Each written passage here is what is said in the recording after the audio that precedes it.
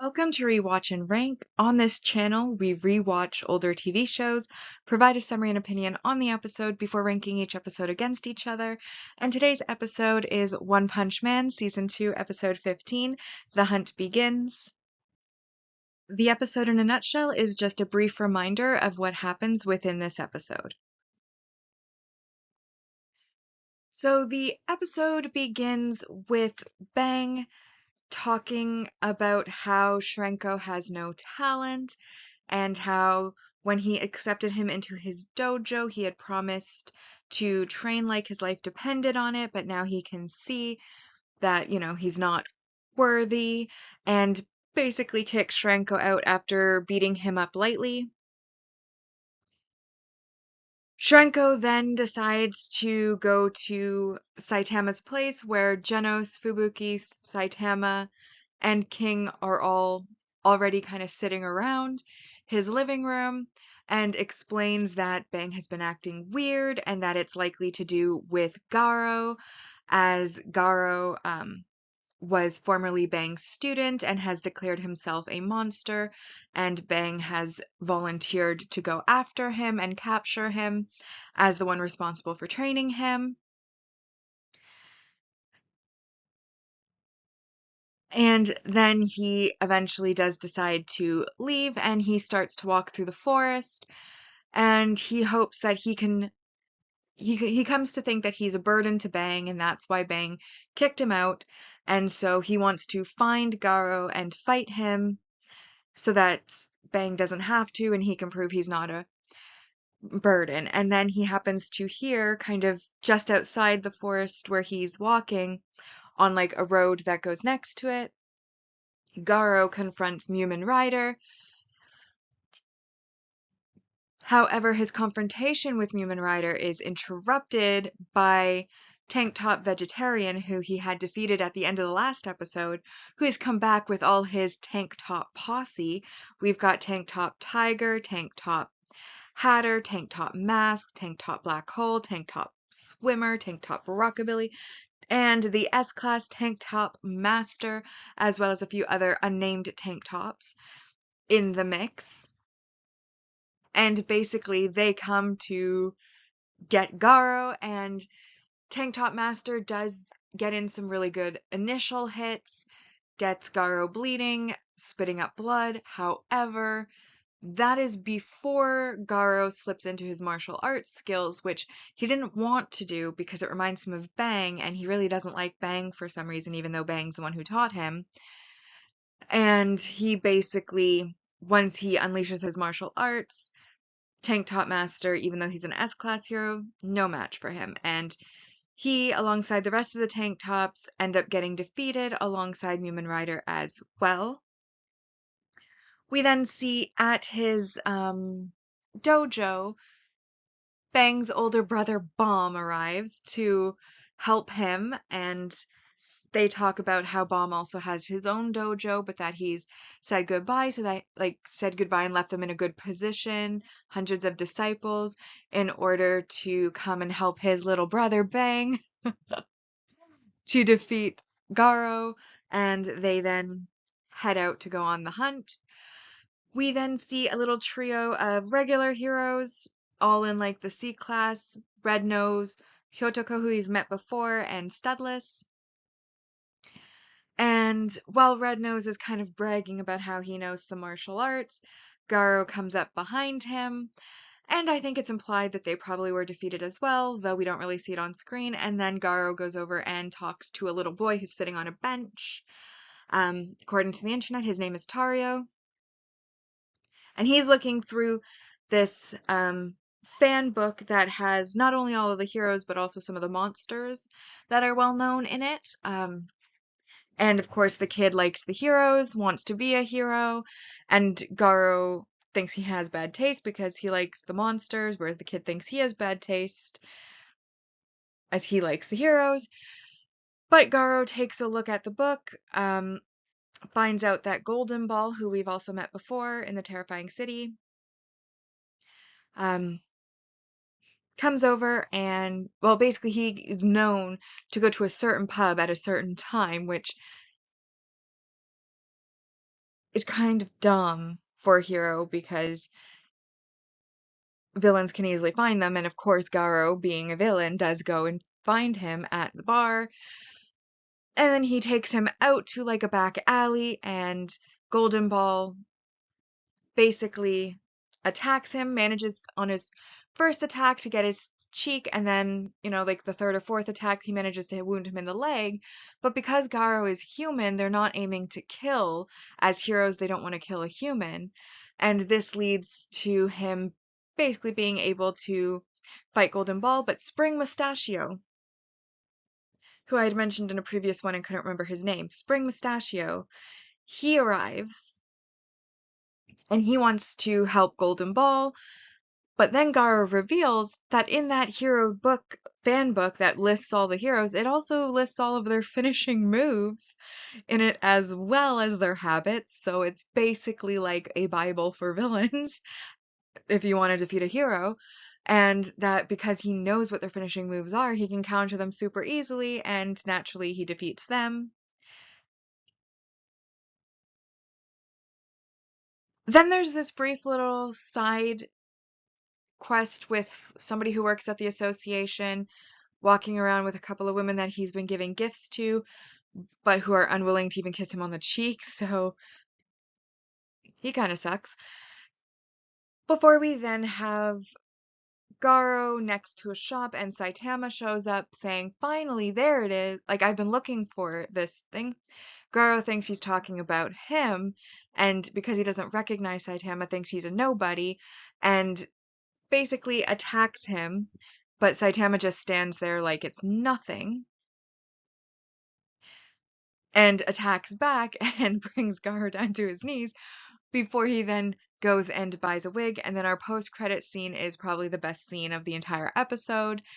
And Genos catches Saitama trying on the wig, thinks that he wants his hair back and is feeling insecure about being bald, and calls Dr. Kusuno on the phone to try to make an appointment for Saitama to get some hair implanted into his head, um, so that he'll have hair permanently again. And Saitama then reveals that his plan is to impersonate Chirenko and enter into the martial arts tournament. So now that we have been reminded about what happened in the episode, we will now be ranking the episode, and as always, we're ranking on our two ranking lists, the mostly objective ranking list, which uses set values, and then the personal ranking list, which uses opinion. So now we come to our mostly objective rank values, and first we have our single episode, or maybe more than one episode, but of relatively small importance characters that are just basically flash in the pan, don't really impact the story type characters. And our first group of this, of course, is the Tank Top crew, which includes Tank Top Hatter, Mask, Swimmer, and Rockabilly, who we haven't seen before. And I'm lumping them together in 1 point. And then we have Red Nose and Studless, who are just random heroes that are walking along the street with Hyotoko, who, again, I'm going to bunch together in a second point. So that's 2 points so far. Then we have our multi-episode supporting character introduction, which is Bomb, Bang's older brother. He's worth 2 points. That brings us to 4. Then we have our multi-season supporting character development, which is that Bang beats up and expels Chirenko from his dojo in an attempt to protect him, which completely backfires because then he feels insecure and goes and hunts for the very person he's trying to be protected from and ends up in the hospital, unable to compete in his tournament, which Saitama has, after being given his ticket, decided to impersonate him to compete in. And that is a pretty big development, therefore 3 points, which is 7 now. Then we have our multi-season main character development, which is the fact that after he visits them in the hospital, he hears from Tank Top Master how normal monsters, they just use their brute strength to try to defeat heroes, but it's very straightforward. Whereas Garo is different because he's a human and he's using human martial arts that are designed to fight against other humans. He's like a monster that's specifically designed to defeat humans, and Saitama, who's been bored with regular monsters because he's so much stronger than them, really starts to kind of get interested in the fact that maybe somebody will pose a challenge to him and starts to have a bit of an interest in martial arts, which of course then when he visits Trunko in the hospital gets him, basically because he's laid up, can't compete anymore, he gives him his tournament entry ticket, and he says that he tries to warn Saitama that you cannot compete as somebody else in the tournament, that that's like against the rules, but that the ticket will still get him in so that he can watch it as an audience member. But Saitama pretty much ignores this and plans to infiltrate the tournament, which is pretty clear from the first. But this is the first time, this is where he gets that entry ticket from Shranko. So that's 4 points, so that's 11 total, which brings us over 10, making this a 10 out of 10 episode. And that brings our current rankings to, in first place, The Human Monster. This episode is second, The Hunt Begins, and then Return of the Hero is in third. Reminder that when more than one episode has the same score on our mostly objective ranking, we just rank in episode order, which is why this one falls into second, despite being a 10 out of 10. And that brings me to my personal ranking. And much like with the other episodes in this season so far, I feel like they're all very strong episodes, but they're not like amazing episodes. Now, one thing that was amazing in this episode, there were two very, very key moments that I really enjoyed and wanted to comment on. The first one was the bananas. So, Saitama decides to go to the hospital to visit Human Rider at first, and he brings some bananas with him in a shopping bag, and he asks Human Rider if he can put them on the side table. Rider says that's fine and thanks him, thinking the bananas are for him, but then he proceeds to eat one. And that's when Mumen Rider realizes the bananas were actually for himself. But after speaking with Saitama generously decides to give him a banana. Then Tank Top Master interrupts their conversation, and Saitama doesn't know who he is. But after speaking to the Tank Top Master and him giving him information about Garo, etc., he decides to give him a banana. And then when he goes to meet Shranko, Shranko's leg is kind of up in a sling. And Saitama then decides to give him a banana as well and hangs it off of his leg, or puts it over his leg that's hanging up there while they have their conversation. Anyways, I thought it was adorably funny that he kept giving everybody bananas. Then, of course, we have the wig misunderstanding right in the post-credits scene with Genos, which, honestly, I would recommend, even if you don't want to watch the entire episode, fast forward to that post-credit scene and watch that, because it was so funny. I teared up a little bit from laughing. It was great. And then also, there was the moment of Garo's attack where Saitama has no idea who he is. He's flying so high on everybody having recognized him so far that he thinks Saitama's relief at finding a wig was relief at finding him, and then ends up completely and easily defeated by Saitama, who has no idea who he is. That was fun too. So overall, I felt like there were a lot of funny moments. However, at the same time, it also still feels like it's setting up. Like, it still feels like we're going through, now Garo's been introduced, and we've got to see his skills and such.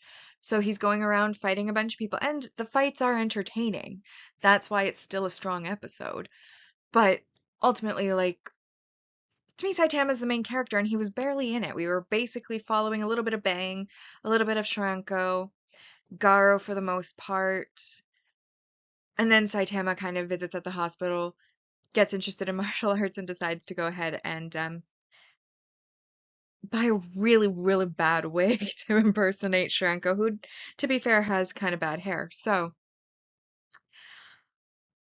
I decided to give this one the same ranking as I've given the other two episodes. It's an 8 because I can't really justify more than that, but at the same time, it still was a very good episode, so I don't want to give it any lower. And in fact, I do think this is the best episode so far, so it is in first. The Hunt Begins, followed by The Human Monster, and then Return of the Hero is currently in third. And that means that our mostly objective ranking for the series so far, we have season 1 ending with 88.33%, and then season 2 so far has 29 out of 120.